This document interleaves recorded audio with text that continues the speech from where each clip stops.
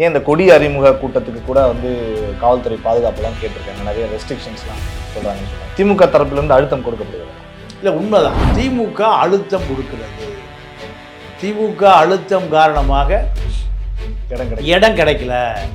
234 தொகுதி பொறுப்பாளர்கள், ஒரு தொகுதி பொறுப்பாளர் கூட ஒரு நிலத்தை ஏற்பாடு பண்ண முடியலையா? அப்போது ஒரு மாநாடு நடத்துவதற்கே நீங்கள் இவ்வளவு சிரமப்பட்டீங்கன்னா நீங்கள் எப்படி ஆட்சியை பிடிக்க போகிறீங்க? இந்த ஆளுங்கட்சி பிரச்சனை தமிழ் தேசியத்துக்கு இல்லை. யாருக்கு பிரச்சனை? சீமானுக்கு தான் பிரச்சனை. திராவிடம்னா காவிரி தண்ணி கொடுத்துருக்கணுமா இல்லையா? திராவிடம்னா முல்லை பெரியார் தண்ணி கொடுத்துருக்கணுமா இல்லையா? திராவிடம்னா பாலாறு தண்ணி கொடுத்துருக்கணும். எல்லாம் திராவிடம் தானே. நான் தெலுங்கன், நான் கன்னடன், நான் மலையாளி, நான் தமிழன். அப்போ இது எங்கே போய் திராவிடம் தோற்று போச்சா இல்லையா? சீமான்றது நிறைய பேர் பிரிஞ்சு உடைச்சிட்டு வெளியே வர போகிறாங்க. காளியம்மாள், வெற்றி குமரன், நாம் தமிழர் உடைய, ஆமாம் ஆமாம் ஆமாம், உடைந்த எல்லாருமே வேல்முருகன்ட்ட சேர போகிறாங்க. மாநாடு நடத்துறதுக்கே ஒரு 10 ஏக்கர் நிலம் கொடுக்குற அளவுக்கு கூட ஒரு பொறுப்பாளர்கள் இல்லை அப்படின்னா 234 சட்டமன்ற தொகுதிகளுக்கு ஒரு தொகுதிக்கு 5 கோடி 10 கோடி குறைஞ்சபட்சம் செலவாகும். என்ன பண்ணுவார்? இல்லை, அருமையான கேள்விதான்.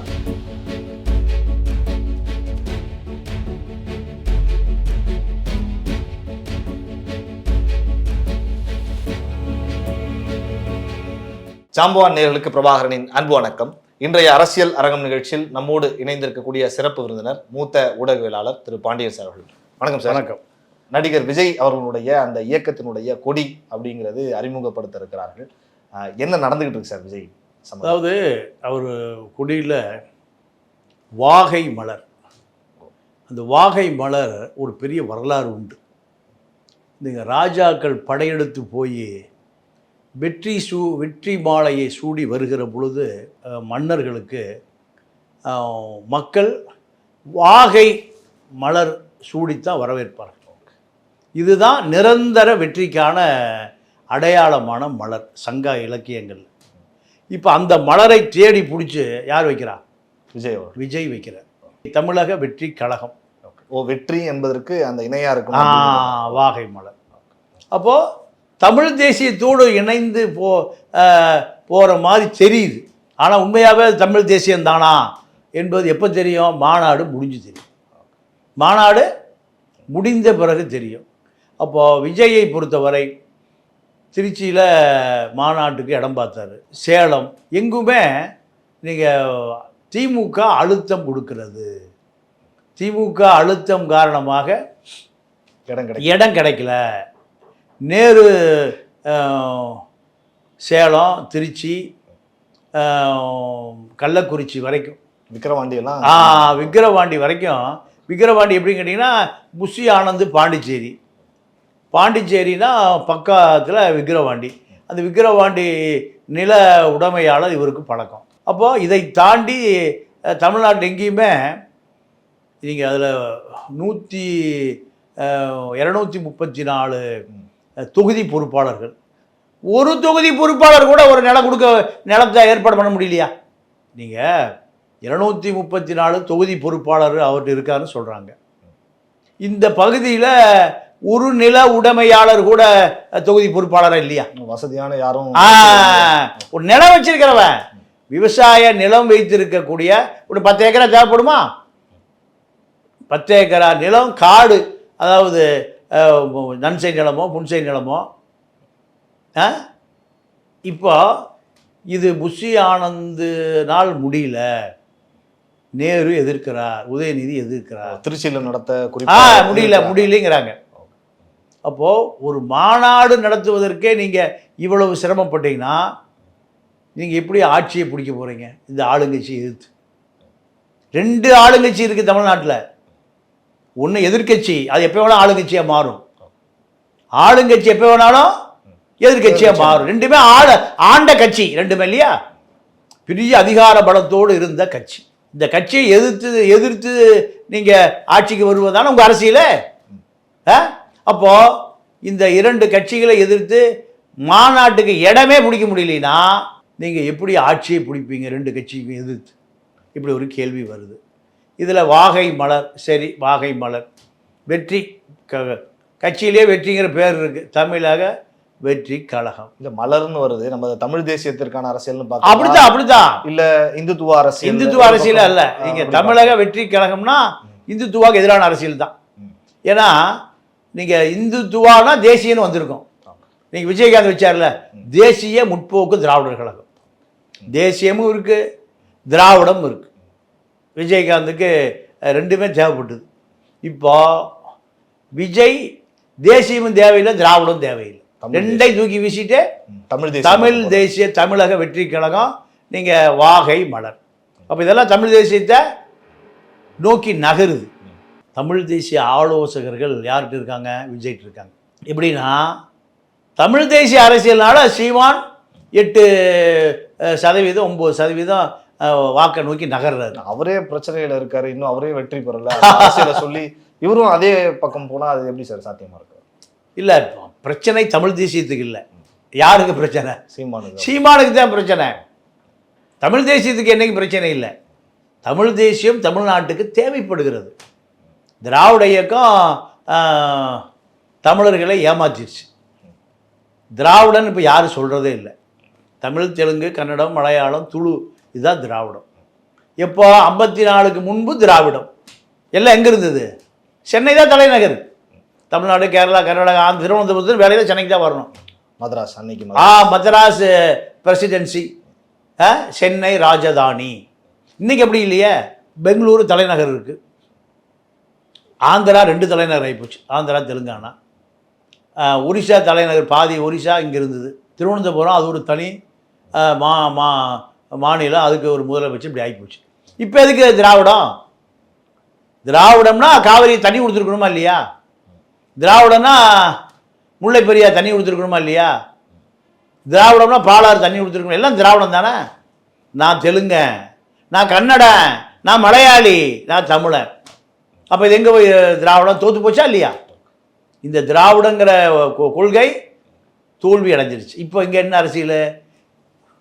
மலையாளிக்கு தனி அரசியல் இருக்குது, கன்னடனுக்கு தனி அரசியல், தெலுங்கருக்கு 2 அரசியலாக மாறி போச்சு. தெலுங்கானா அரசியல், ஆந்திரா அரசியலாக போச்சு. அப்போ இங்கே தமிழ் தேசிய அரசியல் தான், தமிழர்களுக்கான அரசியல் தான்.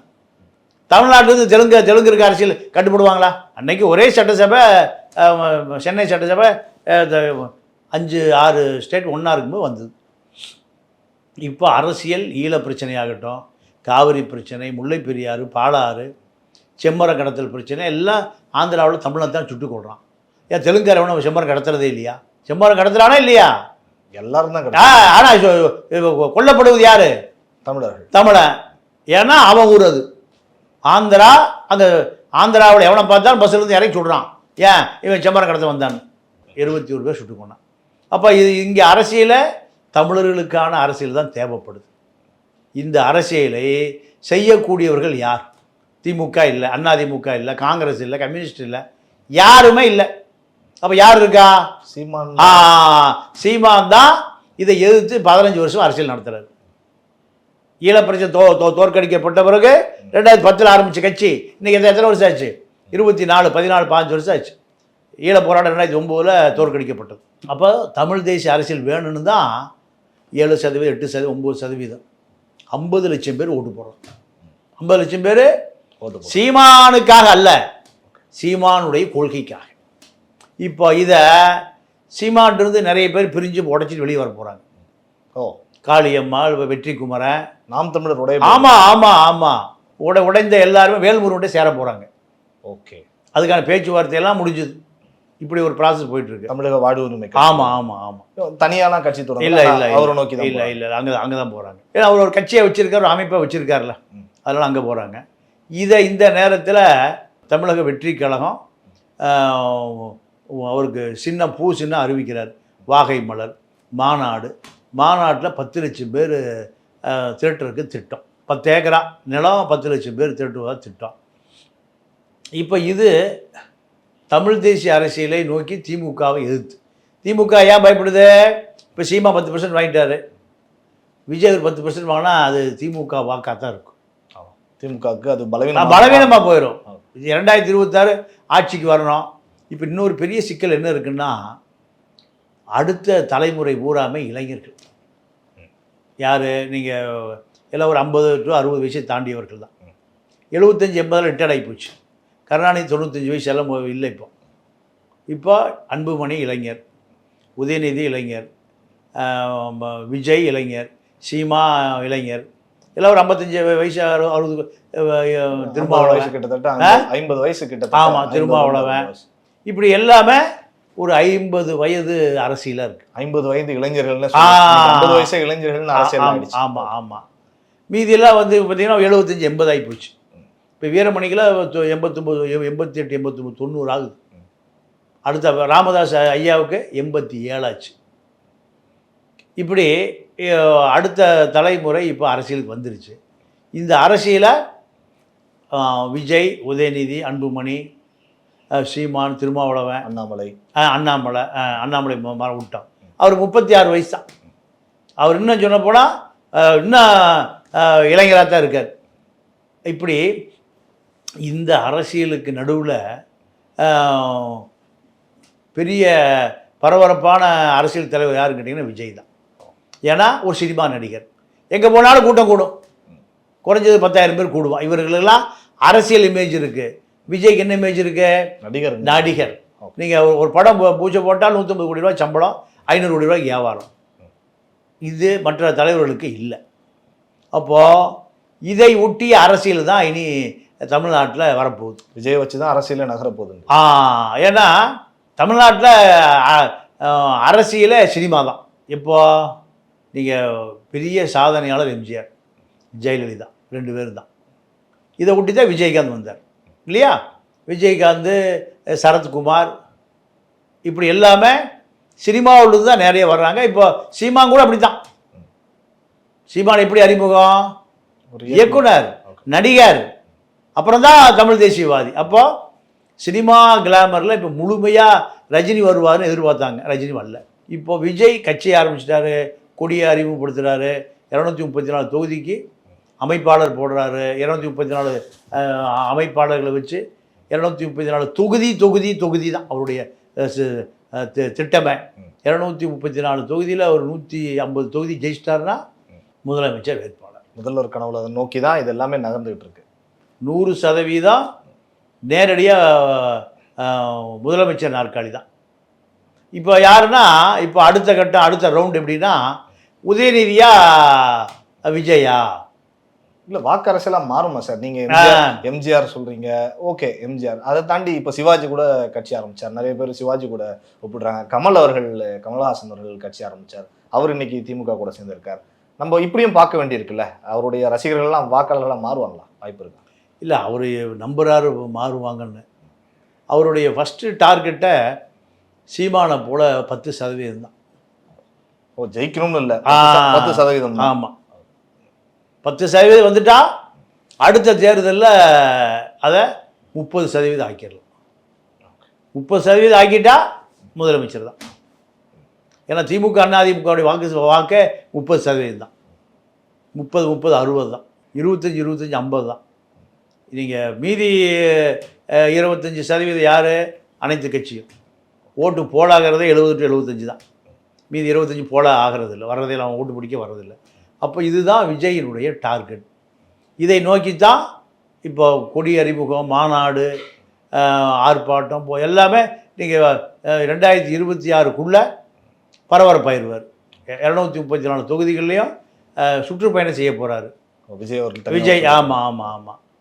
இதை புஷி ஆனந்து தான் திட்டமிட்டு அதற்கான வேலைகளை பிரைவேட்டு ஐடி கம்பெனி ப்ரொமோட் பண்ணுறதுக்கு. நீங்கள் ஸ்டாலினை ப்ரொமோட் பண்ணாங்கல்ல, ஐபேக் மாதிரி. பிரசாந்த் கிஷோரை போல ஒரு ஐபேக் கம்பெனி விஜய்க்கு தயாராகிட்டு இருக்கு. தேர்தல் நெருங்க சூடு பிடிக்கும். தேர்தல் நெருங்க சூடு பிடிக்கும். ஆனால் ரிசல்ட் என்ன, வெற்றி வாய்ப்பு என்ன அப்படிங்கிறது தேர்தல் முடிந்த பிறகு தான். மக்களுடைய ஆதரவு என்பது தேர்தல் முடிந்த பிறகு தான் அதனுடைய எண்ணிக்கை தெரிய வரும். அதுக்கு பிறகு தான் அடுத்த கட்ட அரசியல் என்பதை விஜய் செய்வார். இதுதான் அவர்கள் தரப்பில் இருக்கிற செய்தி. 234 தொகுதின்னு இருக்காருன்னு சொல்கிறீங்க. ஆனா இப்போ மாநாடு நடத்துறதுக்கே ஒரு 10 ஏக்கர் நிலம் கொடுக்குற அளவுக்கு கூட ஒரு பொறுப்பாளர்கள் இல்லை அப்படின்னா 234 சட்டமன்ற தொகுதிகளுக்கு ஒரு தொகுதிக்கு 5 கோடி 10 கோடி குறைஞ்சபட்சம் செலவாகும். என்ன பண்ணுவார்? இல்லை, அருமையான கேள்விதான், அருமையான சிந்திச்சு கேட்குறீங்க. ஆனால் இதுதான் தமிழ்நாட்டு அரசியல். 5 கோடி தொகுதிக்கு இருந்தால் தான் நிற்க முடியும். 235 தொகுதிக்கும் ஏறக்குறைய ஒரு குறைஞ்சது ஒரு 1000 கோடி ரூபாய் வேணும். நம்ம சொல்றதே ரொம்ப கம்மி. கவுன்சிலர் மாநகராட்சியில் உண்மைதான். இப்போ ஒரு தொகுதிக்கு 10 கோடி ரூபாங்கிறது சாதாரணமாக இருக்குது. ஒரு எம்எல்ஏ தொகுதிக்கு 10 கோடிங்கிறது மிக சாதாரணமாக இருக்குது. அப்போ 233 தொகுதிக்கும் 2300 கோடி ரூபா வேணும். திமுக 2300 கோடி, அதிமுக 2300 கோடி இப்போ ரெடியாக இருக்குது அவங்கள்ட்ட பணம். விஜய் இந்த 2300 கோடியில் ஒரு 1150 கோடியாவது வச்சுட்டு தான் களத்தில் இறங்கணும். இது நடக்குமா, சாத்தியமா, இல்லை விஜய்க்கு தெரியாமல் இருக்குமா? தெரியும், எல்லாமே தெரியும். இதை தேர்தல் நேரத்தில் தான் இதை நம்ம நேரடியாக பார்க்கக்கூடியதாக இருக்கும். விஜய் வருகை, நீங்கள் நாம் தமிழர் கட்சி உடைய போகுது அப்படிங்கிறத சொல்லிட்டீங்க. ஆனால் விஜயினுடைய வருகை அப்படிங்கிறது நாம் தமிழர் கட்சியினுடைய வாக்கு சதவீதத்தை பாதிக்குமா சார்? இல்லை, நாம் தமிழர் வாக்கு வேற, விஜயுடைய வாக்கு வேறு. நாம் தமிழர் வாக்கு பூரா தமிழ் தேசியத்தை முழுமையாக உள்வாங்கி தான் உள்ளே வரான். விஜய்க்கு அரசியலே தெரியாமல் விஜயால் ஈர்க்கப்பட்டு விஜய் ஒரு அரசியல் மாற்றத்தை செய்வார். விஜய் ஒரு அரசியலை நேர்மையாக செய்வார். இப்போ எப்படி ரஜினி எதிர்பார்த்தாங்க, ரஜினிக்கு பணம் தேவையில்லைப்பா, பல கோடி அவர் சம்பாதிச்சிட்டார், அதனால் அவர் அரசியலுக்கு வருவார், வந்தால் நேர்மையாக இருக்கும். இப்படி தான் 30 ஆண்டு காலம் காத்திருந்தாங்க. 30-40 ஆண்டு காலம். 80லேருந்து தான் பிரச்சனை. சத்யநாராயணா தான் ரசிகர் மன்ற மாநில தலைவர். சத்யநாராயணா காலத்தில் இங்கே 234 தொகுதியில் இவன் எல்லா மாவட்ட செயலாளர், அரசியல் கட்சி மாவட்ட செயலாளர் போல இருப்பான். ரஜினி கட்சி மாவட்ட செயலாளர், திமுக அதிமுக மாவட்ட செயலாளர், வண்டி வாகனம், காரு, ஆளு, அட்டை, படை, அம்பு, ஆளு, இப்படி இருப்பான். அவனும் அந்த அளவுக்கு ஈக்குவலாக இருப்பான். கட்சியே தொடங்கலை. அவனுக்கு அது அந்த எதிர்பார்ப்பு வந்துருச்சு. விஜய் மன்ற மாவட்ட தலைவர்னா அவர் ஒரு அறிவிக்கப்படாத எம்எல்ஏ தான். நீங்கள் அவரும் காரில் ரஜினி கொடி கட்டிட்டு தான் கார் பறக்கும். தமிழ்நாடு முழுக்க தான் நிலைமை. ஆனால் அவர் கட்சியை ஆரம்பிக்காமையே போயிட்டார். ஆனால் இப்போ விஜய்க்கு அந்த ஒரு வாய்ப்பு வந்திருக்கு. அதை எப்படி அவர் பயன்படுத்திக்க போகிறார், தன்னுடைய அரசியல் பாதை என்ன, கொள்கை என்ன, இதெல்லாம் தெளிவாக மக்கள்கிட்ட கொண்டு போய் சேர்த்தால்தான் மக்கள் வருவார்கள். இல்லைன்னா மக்கள் விஜயகாந்துக்கு கொடுத்த ஆதரவு தான், சரத்குமார் கொடுத்த ஆதரவு தான், சிவாஜி கொடுத்த ஆதரவு தான். அதே போல தான் இந்த ஆதரவு தளம் அமைக்கப்படும். சார், குறிப்பாக விஜய் அவர்களுடைய வருகை அப்படிங்கிறது திமுகவுக்கு அச்சுறுத்தல் அப்படின்னு சொல்கிறீங்க. அதனால தான் இப்போ மாநாடு நடக்க காவல்துறையினுடைய மறுப்பு அப்படின்னு சொல்லி எல்லாம் செய்திகள்லாம் பார்க்க முடியுது. ஏன் இந்த கொடி அறிமுக கூட்டத்துக்கு கூட காவல்துறை பாதுகாப்பெல்லாம் கேட்டிருக்காங்க, நிறைய ரெஸ்ட்ரிக்ஷன்ஸ்லாம் சொல்கிறாங்கன்னு சொல்கிறாங்க. திமுக தரப்புலேருந்து அழுத்தம் கொடுக்கப்படுகிறதா? இல்லை, உண்மைதான். ஏன்னா உதயநிதி ரசிகர் மன்றமாக மாறி போச்சு திமுக. இப்போ அடுத்து கொள்கை தெரியாத கூட்டமாக உருவாகி போச்சு திமுக. கொள்கை தெரிந்த கூட்டம் வேறு. இப்போ உதயநிதிக்கு ஆதரவாளர்களை தான் நீங்கள் இப்போது சட்டமன்ற தேர்தலுக்கு சீட்டு கொடுக்க போகிறாங்க, வேட்பாளர்களாக பார்க்க முடியும். ஆமாம். இப்போ திமுகவில் என்ன பேட்டர்னா 234 தொகுதிகளுக்கும் 2 எம்எல்ஏ தொகுதிக்கு ஒரு மாவட்ட செயலாளர். அப்போது 115 மாவட்ட செயலர் வந்துடுவாங்க. 115 மாவட்ட செயலாளர்னால் இப்போ 60 மாவட்ட செயலர் இருக்காங்க. எல்லாம் மூத்த ஆட்கள், எல்லாம் 75 வயசை நெருங்கினவங்க. KN நேரு, துரைமுருகன், ஐ பெரியசாமி, வேலு, இப்படி பொன்முடி எல்லாமே அவங்களாம் மாவட்ட செயலர். ஒரு சிலர் இல்லை, ஆமாம் ஆமாம். இல்லை, இப்போ இந்த மாதிரி மாவட்டத்தை கண்ட்ரோல் வச்சுருக்காங்க. ஆனால் இப்போ 115 மாவட்ட செயலாளர்களை போட்டால் பாதிக்கு மேற்பட்டவர் உதயநிதி ஆளாக வந்துடுவாங்க. ஒன்றிய செயலாளர் இருக்கிற ஆட்கள் பூரா உதயநிதி இளைஞரணி ஆட்கள் பூராமல் யார் உதயநிதி ஆட்கள் மாவட்ட செயலாளர் வந்துடுவாங்க. இப்படி வந்தால் பழைய மாவட்ட செயலாளர்களுடைய அதிகாரங்கள் கட்டுப்படுத்தப்படும்.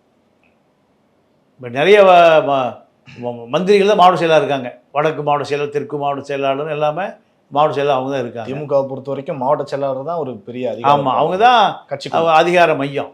இந்த மாவட்ட செயலாளர்கள் தாத்தா காலத்தாள், அப்பா காலத்தாளெல்லாம் போய் இப்போ மகன் காலத்து ஆட்கள் இப்போ பாதி பேர் அதிகாரத்துக்கு வர போகிறாங்க. இப்போ திருச்சி மாவட்ட செயலாளர் KN நேரு.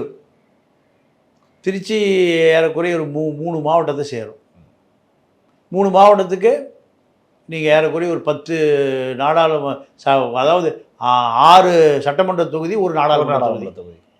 இப்போ 6னா 3 மாவட்ட செயலர் வந்துடுவாங்க ஒரு MP தொகுதிக்கு. இப்படி அப்போ மாவட்ட செயலாளர்கள் இளைஞர்கள் திமுக அதிகமாக்கப்படும். அவர்கள் பூரா யாருக்கு உறுதுணையாக இருப்பாங்க? ஓகே, உதயநிதிக்கு. இதுதான் இப்போ திமுகக்குள்ள நடக்கிற அதிகார பகிர்வு. இதே பேட்டர்னில் இப்போ எடப்பாடி வந்துட்டார். மூத்த அமைச்சர்கள் தங்களை கட்டுப்பட மறுக்கிறார்கள். யார்? செங்கோட்டையன், CV சண்முகம், வேலுமணி, தங்கமணி, நத்த விஸ்வநாதன், அன்பழகன். அவரும் இப்போ 2 MLA தொகுதிக்கு ஒரு மாவட்ட செயலர். என்ன சொல்கிறாரா? கட்சி ஜெயிக்கணும், அரசியல் பண்ணணும், அதுக்காக அரசியல் பரவலாக்கணும், இவர்களுடைய அதிகாரத்தை பறிக்கணும். ஓகே, எல்லாம் ஒரே இடத்துல குவிஞ்சிருக்கு. இதுதான் எடப்பாடி அந்த முடிவுக்கு வந்துட்டார். எடப்பாடி மாவட்ட செயலாளருடைய பலவீனப்படுத்துறதுக்கு இந்த பிளான். இது எடப்பாடி பிளான், பிளான். இங்கே உதயநிதி பிளானு, உதயநிதிக்கு ஆதரவாக கொஞ்சம் பேர் உருவாக்கணும், அதுக்காக இவர்கள் இந்த பிளான். இதை நோக்கித்தான் இப்போ தமிழக அரசியல் நகருது. 1.5 ஆண்டு காலம் இருக்குது. இந்த கூட்டணி எந்த பக்கம் மாறும், இந்த கூட்டணி எப்படி வெற்றி பெறும், அதிமுக கூட்டணி வலுவா, திமுக கூட்டணி வலுவா, இல்லை பிஜேபி தனியாக கூட்டணி அமைக்குமா, நாம் தமிழர் ஒரு எந்த கூட்டணியில் சேரும், இதுக்கு நடுவில் விஜயும் களத்துக்கு வர்றார். இது தமிழ்நாட்டில் தேர்தல் நெருங்க 1 வருட காலம், 1.5 வருஷ காலம் இருக்குது. இத்தனை அரசியல் மாற்றங்களும் சந்திக்க இருக்கிற தேர்தல் தான் இந்த 2026 தேர்தல். நிறைய விஷயங்கள் சார். விஜய் அவர்களுடைய கட்சி கொடி அறிமுகத்திலிருந்து பல விஷயங்கள், நாம் தமிழர் நடக்கக்கூடிய விஷயங்கள், திமுகவில் அரசியல் மாற்றம்னு நிறைய தகவல்கள் எங்களோடு பகிர்ந்து கொண்டீர்கள். உங்களுக்கு ஜாம்பவான் நேயர்கள் சார்பாகவும் இந்த பிரபாகரன் சார்பாகவும் நன்றி, வணக்கம். நன்றி சார்.